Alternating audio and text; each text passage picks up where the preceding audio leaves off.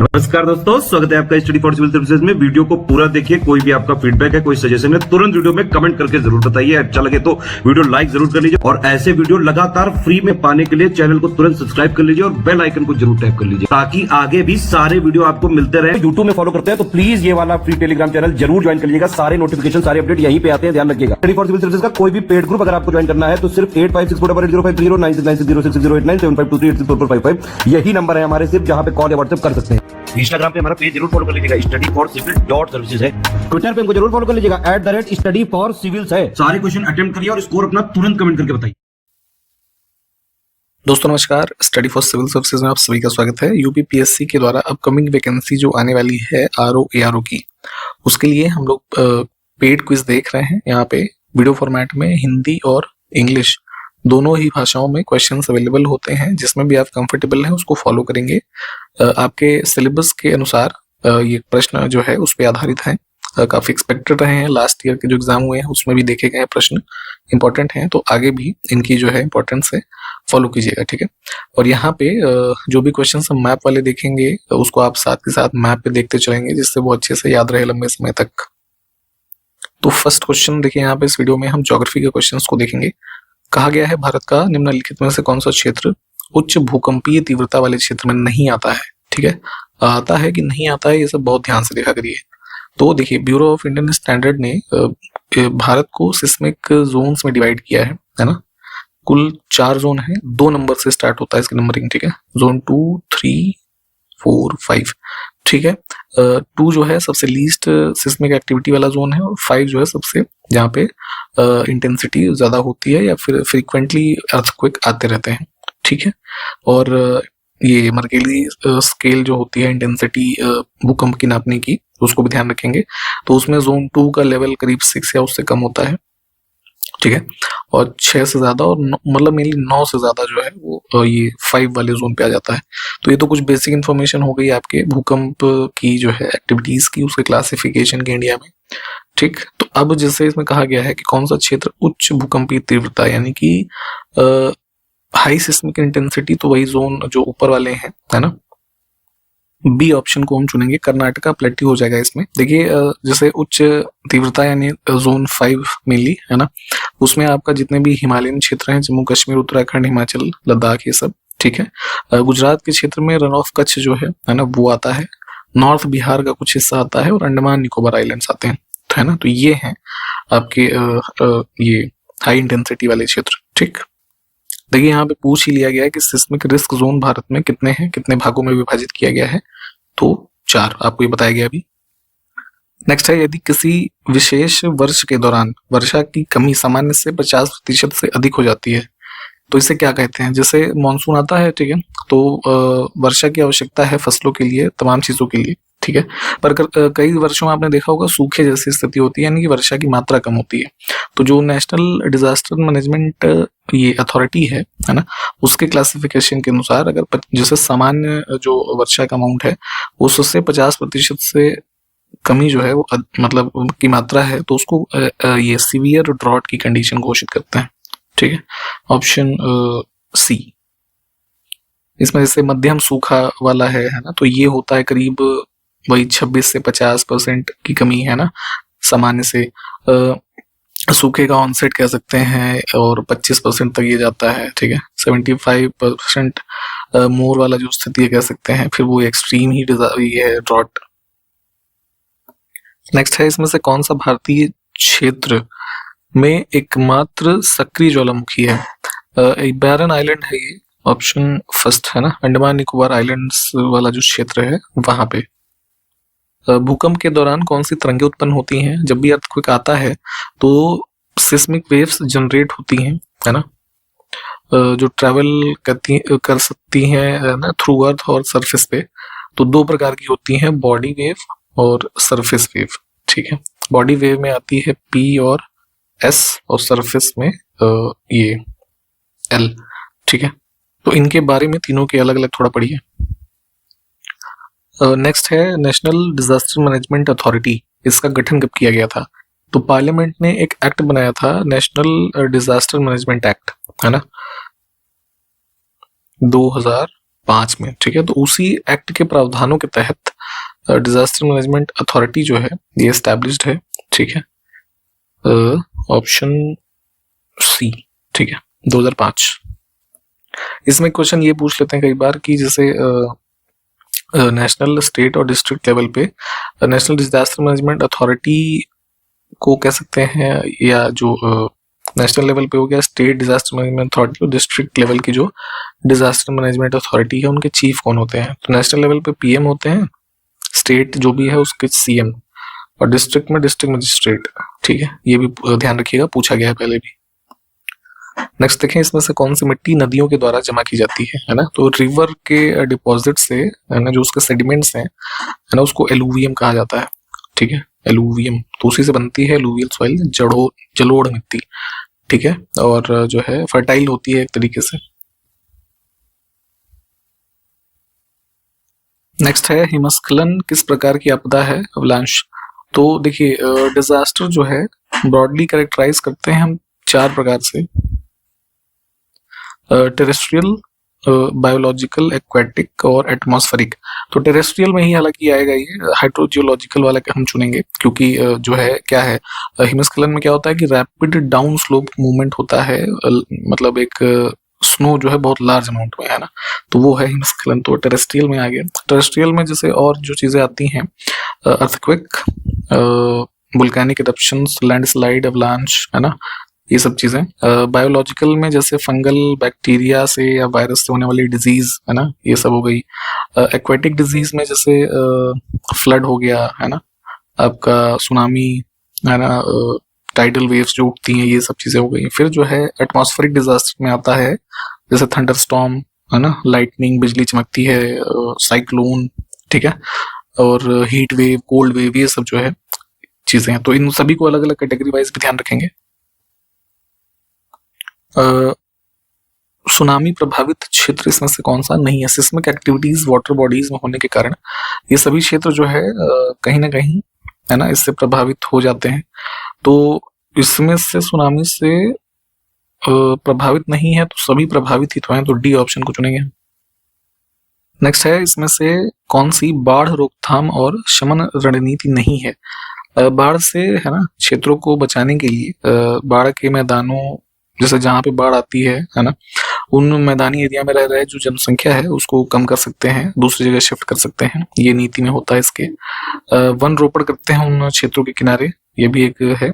नदी चैनलों को जाम से मुक्त करना, है ना, कई बार क्या होता है कि जैसे कई जगह पे, है ना, कुछ वेस्ट इकट्ठा हो गया तो उससे फ्लड की स्थिति बन जाती है उन क्षेत्रों में, तो उसको क्लियर करेंगे तो वाटर फ्लो ठीक रहेगा, तो बाढ़ की स्थिति नहीं बनेगी, है ना। ये जो है औद्योगिकरण समाप्त करना, ये गलत है। नेक्स्ट है कि भारत में बाढ़ नियंत्रण के लिए राष्ट्रीय बाढ़ नियंत्रण कार्यक्रम किस वर्ष में शुरू किया गया? आजादी के बाद ही, है ना, फ्लड्स की सिचुएशन रही है काफी, उस समय भी देखेंगे, तो उसको संज्ञान में लेते हुए भारत सरकार ने लॉन्च किया था फ्लड कंट्रोल प्रोग्राम 1954 में। नेक्स्ट है कि चाय की खेती के लिए कौन सी मिट्टी सबसे उपयुक्त है?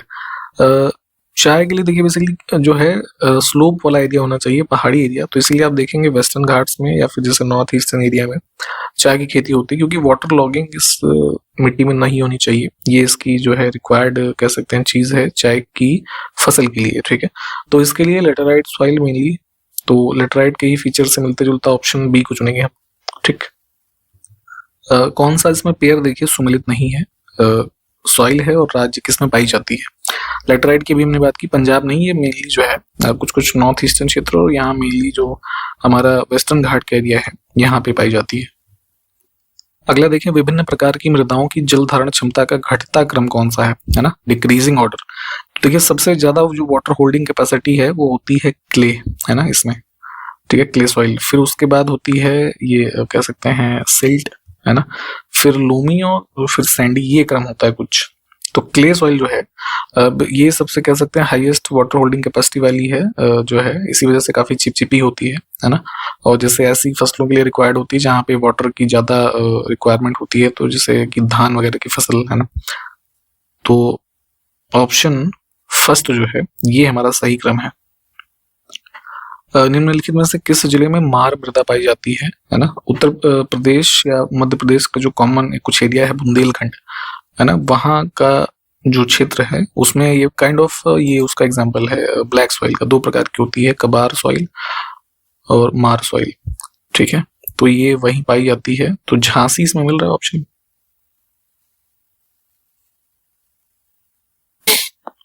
भारत की इसमें से कौन सी मिट्टी अत्यधिक लौह की उपस्थिति के कारण बंजर हो जाती है ना? अभी हमने ऊपर बात की थी चाय की, तो चाय, कॉफी या फिर कैश्यू, ये कुछ ऐसी चीजें हैं जो ग्रो हो सकती हैं लेटराइट सॉइल में, है ना। तो उसकी उपस्थिति, उसके ही बारे में बात हो रही है। उसमें किसकी उपस्थिति होती है? लौह की।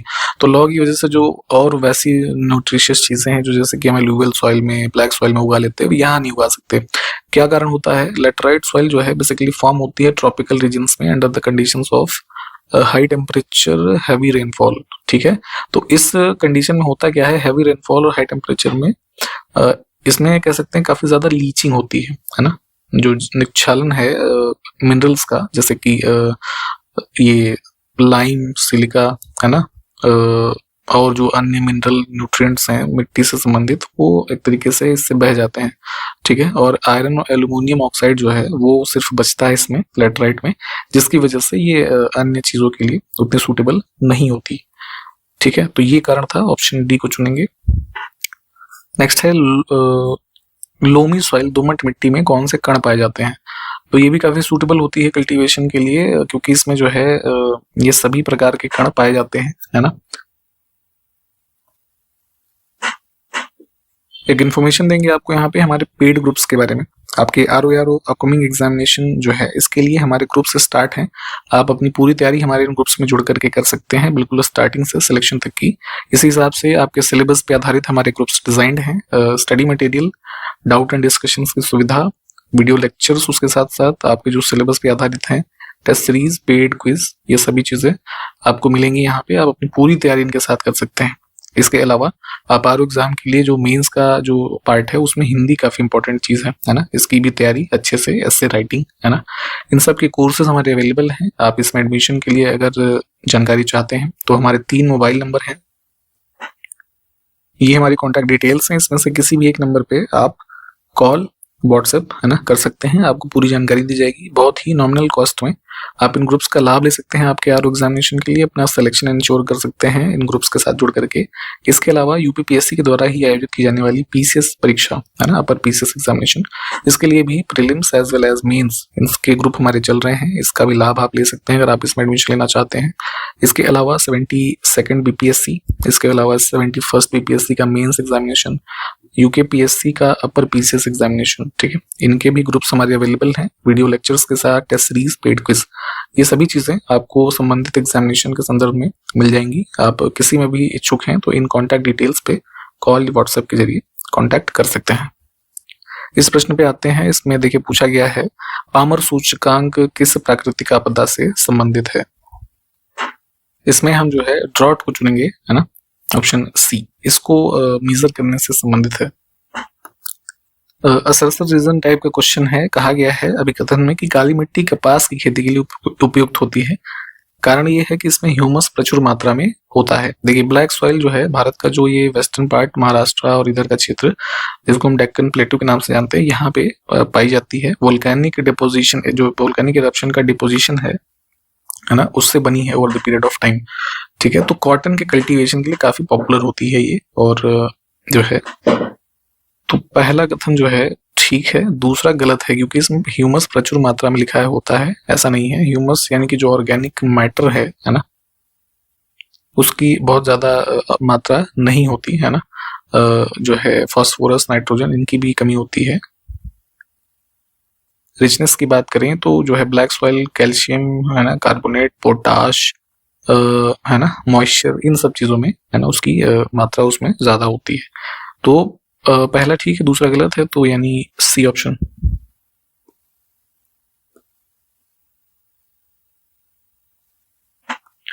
अब हमारे पास 3 स्टेटमेंट है, इसमें से सही को बताना है। अभी हमने ऊपर भी बात की थी डिजास्टर मैनेजमेंट एक्ट की और डिजास्टर मैनेजमेंट अथॉरिटीज की।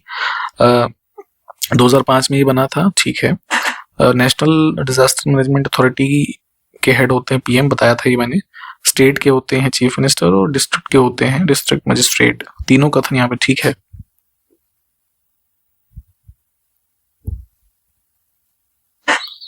देखें, दो अभिकथन और कारण फिर से हैं। लेटराइट सॉइल के बारे में बात हो रही है। पहला लिखा है कि लेटराइट मिट्टी कृषि के लिए बहुत उपयोगी है, गलत है। मैंने ऊपर ही बताया था लीचिंग वगैरह हो जाती है तो लेस फर्टाइल है ना।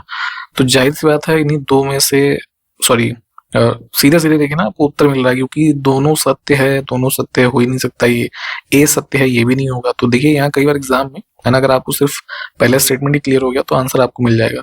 ठीक है। दूसरा अब यहाँ पे देखिए कारण में है ना, जैसे उसका फॉर्मेशन होता है चीजें लिखी हैं।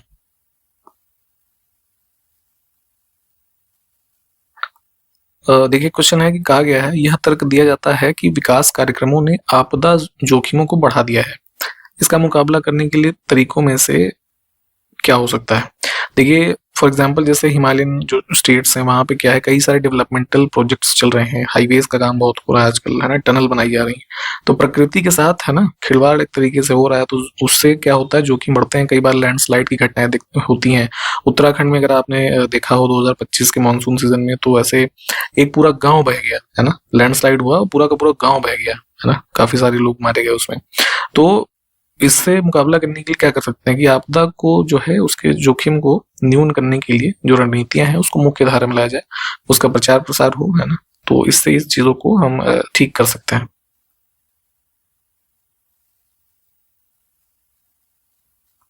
बंगाल की खाड़ी जो हमारा ईस्टर्न कोस्ट है वेस्ट बंगाल वाला, इस क्षेत्र में चक्रवात अधिक क्यों आते हैं है ना। तो बेसिकली क्या है, साइक्लोन को कंडीशन चाहिए होती है कुछ उसके फॉर्मेशन के लिए। तो इस क्षेत्र में देखेंगे कि जो है ये कंसिस्टेंट कह सकते हैं वार्म सी वाटर है ना, सरफेस टेम्परेचर है उसका, इस वजह से मॉइस्चर की हाई अवेलेबिलिटी होती है और फनल लाइक ज्योग्राफी कुछ इस क्षेत्र की है, जिसके वजह से ये एक आइडियल कंडीशन बनाता है साइक्लोन के जनरेशन का। तो यही एक मेन कारण इसमें जैसे पहला मिल रहा है। ठीक।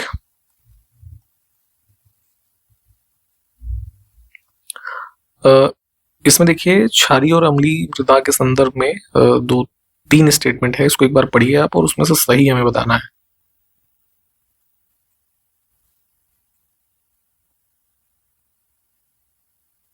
ठीक है। तीन स्टेटमेंट है, इसको पढ़िए और इसका जो सही उत्तर है ये आप हमको बताएंगे कमेंट करके इस वीडियो के कमेंट बॉक्स में। आपके उत्तर की है ना जो है हम अपेक्षा करेंगे। ठीक है। तो इसी के साथ ये वीडियो हमने कंप्लीट किया है। ज्योग्राफी के जो भी क्वेश्चंस आज हमने देखे हैं सॉइल और ये हैजार्ड, नेचुरल हैजार्ड्स, अर्थक्वेक के रेफरेंस में, उसको जो है अपने नोट्स में से रिवाइज करेंगे। आप हमारे पेड ग्रुप के मेंबर होंगे तो ये चीज़ें ऑलरेडी दी हुई हैं, आप उसको रिवाइज कीजिए। एडमिशन की जानकारी आपको मैंने बताई थी, आपके इस पर्टिकुलर एग्जाम के लिए हमारे ग्रुप्स चल रहे हैं पूरी तरीके से। आप पूरी तैयारी अपनी कर सकते हैं हमारे यूपी पीसीएस के द्वारा आयोजित की जाने वाली आरओ परीक्षा के लिए। इसके अलावा पीसीएस परीक्षा, बीपीएससी परीक्षा, यूकेपीएससी है ना, या अन्य किसी एग्जाम की भी आपको जानकारी चाहिए, एडमिशन चाहिए आपको उसके कोर्सेज में, वीडियो लेक्चर्स में, तो आप हमारे 3 मोबाइल नंबर जो कि वीडियो के इंट्रोडक्शन पार्ट में बताए जाएंगे, वीडियो के डिस्क्रिप्शन बॉक्स में देखिए होगा, और बीच में भी मैंने बताए थे, आप उस पर कॉल या व्हाट्सएप करके एडमिशन ले सकते हैं और अपनी तैयारी पूरी कर सकते हैं। ठीक, इन्हीं सब बातों के साथ हमने इस वीडियो को कंप्लीट किया है। कंटिन्यू करेंगे जो आगे के क्वेश्चंस हैं उसको अगले वीडियो में। तब तक के लिए नमस्कार, जय हिंद।